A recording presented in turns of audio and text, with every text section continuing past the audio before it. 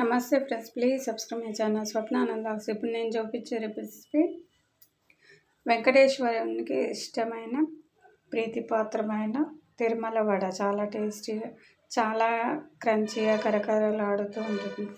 ఒకసారి ఇలా ట్రై చేయండి. ఒక గ్లాస్ పొట్టు మినపప్పును తీసుకొని ఒక గిన్నెలోకి పోసుకొని 2-3 సార్లు కడిగి నీళ్ళను ఉంచేసి మళ్ళీ నీళ్ళను పోసి నానబెట్టి పెట్టాలి. 1 గంట సేపు అయిన తర్వాత నీళ్ళన్నీ ఇలా తీసేసి మిక్సీ జార్లోకి పొట్టు మినపప్పుని తీసుకొని మెత్తని పేస్ట్ లాగా చేసుకోవాలి.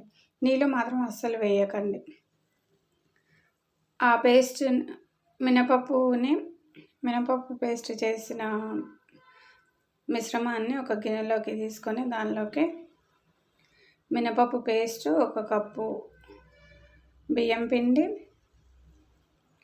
1 స్పూన్ జీలకర్ర, 1 చిన్న స్పూను ఇంగువ, చిటికెడు పచ్చకర్పూరం, మిరియాలు దంచి వేసుకోండి. మీరు కావాలంటే నా దగ్గర మిరియాల పొడి ఉంది కాబట్టి మిరియాల పొడి వేసాను. 1 స్పూను వేసుకొని అన్నీ కలిపి